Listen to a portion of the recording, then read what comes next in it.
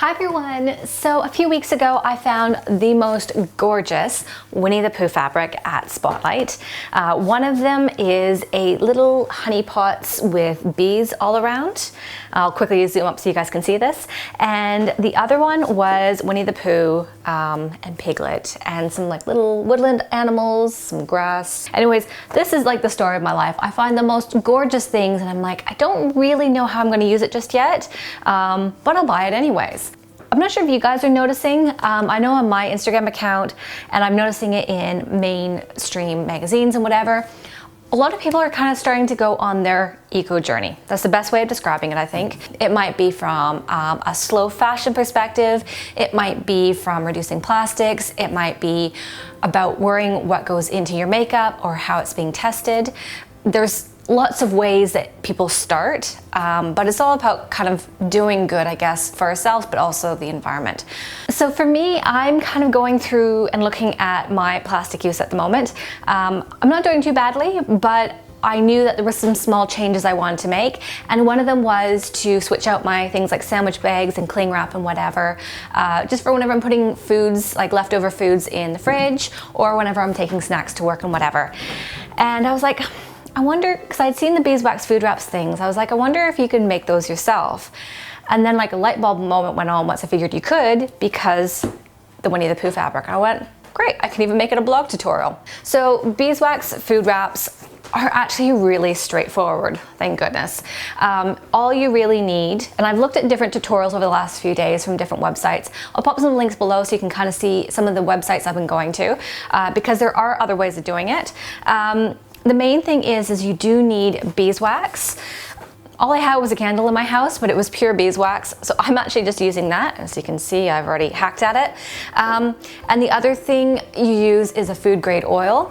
Some people use jojoba oil. I am using coconut because that's what I've got on my shelf at the moment. The other thing that they do suggest was to use is like a food grade pine resin. Now, I was like, oh, where do you find that? So you can order it online. I wanted to know whether you could use it without the resin, and you can. At the end of the day, you really just need the beeswax and some food grade oil. They use the resin mostly to make it stickier, so it really clings like to your bowls or whatever.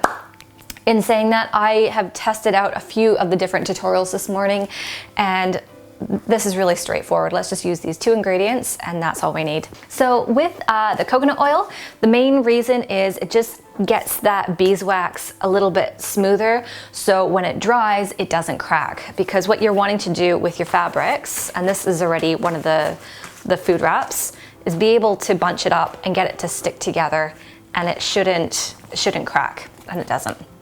So I've seen a few tutorials. One of them suggests you can just like grate beeswax onto one of your cloths, have baking paper underneath on the top and the bottom, and take an old iron and just iron it out. The way we're doing it, we are going to do it on the stove only so the coconut oil has a chance to mix a bit easier.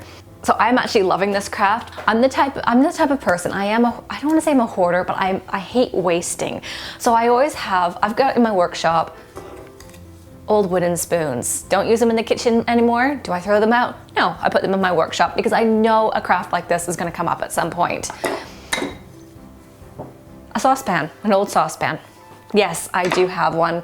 I actually have a whole stash of them because I know at some point whenever I'm using waxes or candle making or whatever, you don't actually want to use the stuff that's in your kitchen because you're going to total it. You know, Jamie's always telling me, he's like, you know, you can get rid of the things. And I'm like, no, I can't, because I know I'm going to use it for something. Case in point.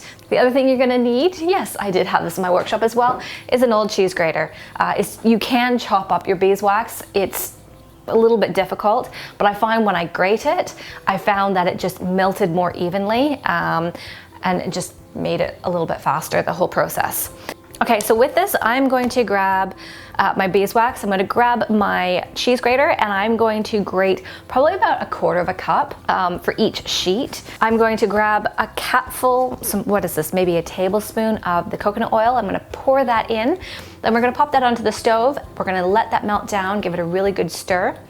Then we're gonna grab a baking tray. We're going to line that with alfoil and we're gonna pop on our first square of fabric. You can grab, I kind of use a paintbrush, but also just the ladle. I tend to pour like a little bit on and then onto the fabric. And then I just take the brush and kind of keep wiping it around.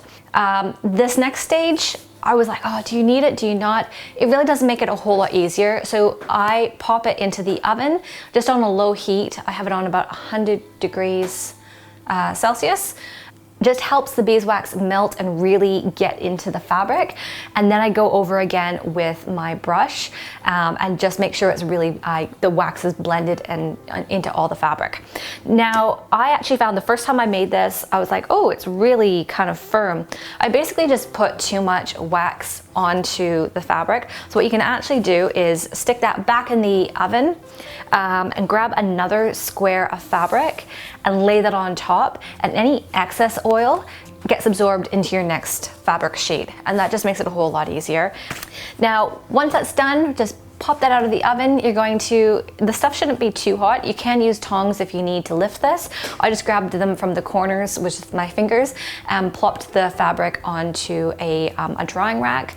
It takes like literally a minute, and then your beeswax wrap is completely done. I did read somewhere that they suggest just kind of giving it a little bit of a smush around. And as you can see, well, I'm not sure if you can see, it's actually really quite sticky. So I haven't used resin on this one, and I think this is gonna hold just fine. So they do recommend, in terms of wiping, just use a cold water cloth.